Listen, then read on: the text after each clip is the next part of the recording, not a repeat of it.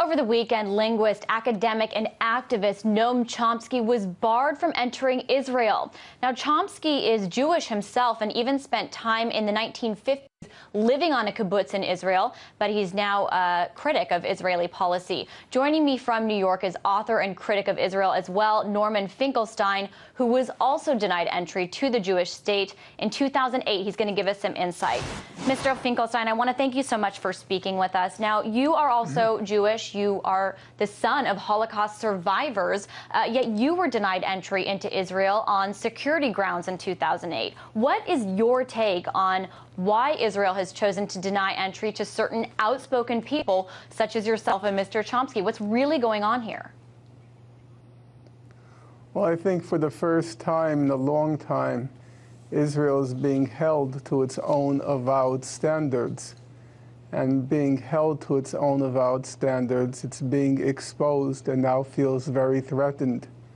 So for a long time, Israel was saying it was waiting to see the emergence of a Palestinian Gandhi in the occupied Palestinian territories.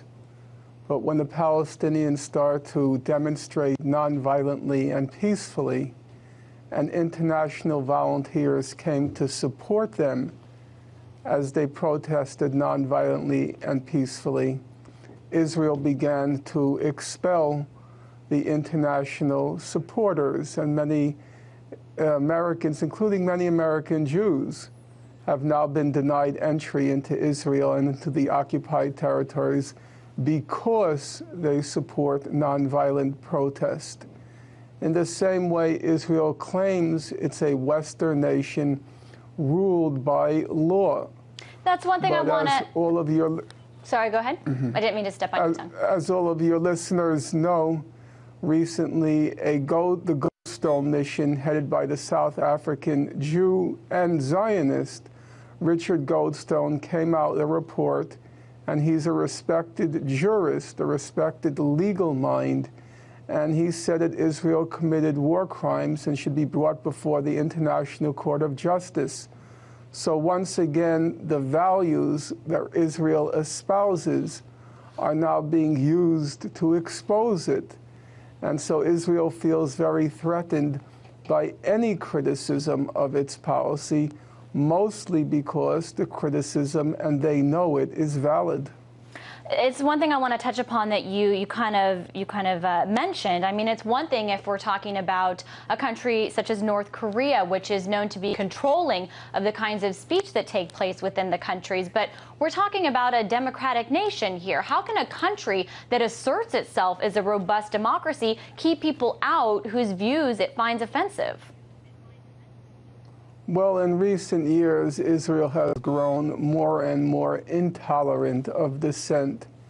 It was very noticeable that during Israel's massacre in Gaza between December 27th and January 18th, there was very little dissent tolerated in Israel. Can I ask one more question? And the few voices that showed the courage of dissent, like Gideon Levy, the columnist in Haaretz newspaper, he came under severe attack.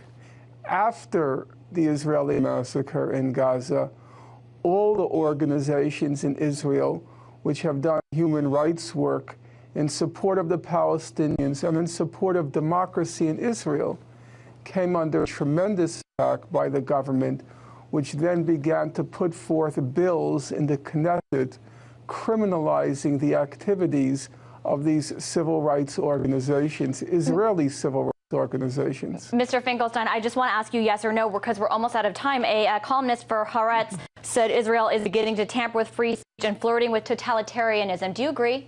Yes or no?